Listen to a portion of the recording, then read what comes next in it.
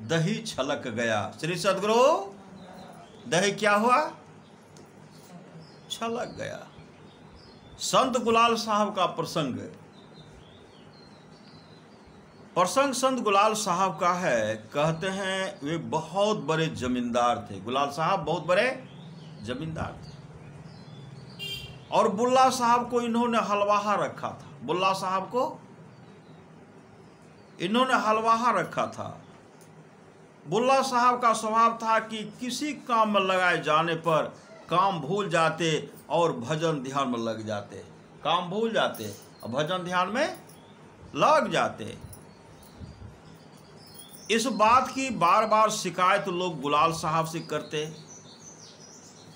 एक दिन गुलाल साहब स्वयं जांच करने खेत पर पहुंचे तो देखते हैं कि बैल हल में जूते खड़े हैं और बुल्ला साहब खेत की मेड़ पर ध्यानस्थ बैठे हैं।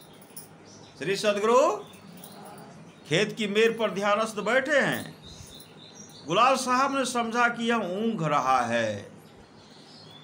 क्रोध में आकर एक लात मार दी। श्री सदगुरु, क्रोध में आकर क्या किए?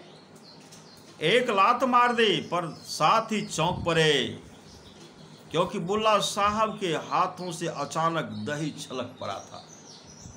उनके हाथों से अचानक दही छलक पड़ा था, जबकि गुलाल साहब ने बुल्ला साहब के हाथ खाली देखे थे। पहले हाथ खाली था, पहले देखे थे, लेकिन उनके हाथ से दही गिर गया। बुल्ला साहब ने नम्रता पूर्वक कहा, मालिक मेरा अपराध क्षमा करें। मैं मन ही मन साधुओं की सेवा में लगा था। मैं मन ही मन साधुओं की सेवा में लगा था। संत भोजन करने बैठे थे, उन्हें भोजन परोस करके दही परोस रहा था। भोजन परोस करके दही परोस रहा था कि आपने मुझे हिला दिया, इसी से दही छलक गया।